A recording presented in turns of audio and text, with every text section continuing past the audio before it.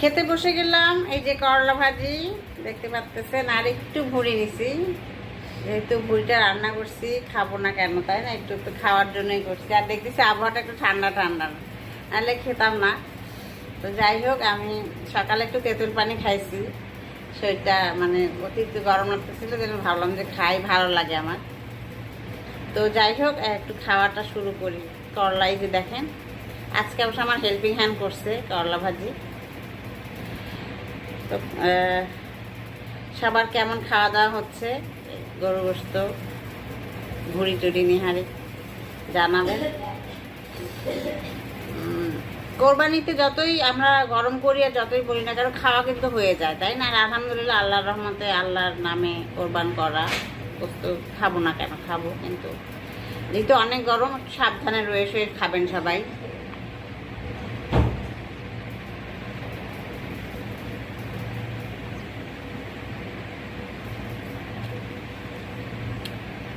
ভিডিওর ক্যাটাগরি নিয়ে আজকে একটা আমি কনফিউশনে পড়ে গেছি, যেটা আপনাদের সঙ্গে শেয়ার করতেছি।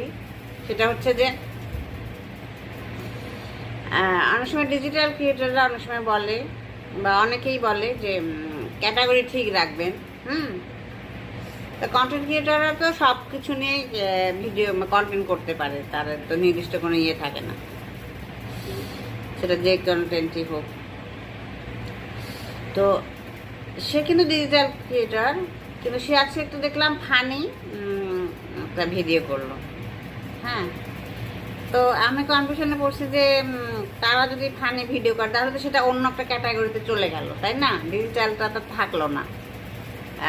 তো আমার কথা হচ্ছে যে তাহলে কি মানে সব সবাই কি সব কিছু করতে পারে? মানে সবার কন্টেন্টে কি, আমি যেমন কন্টেন্ট ক্রিয়েটার, আমি সব দিই, আমি রান্নাটার রেসিপি দিই না, কিন্তু রান্না যা করি তাই দিই।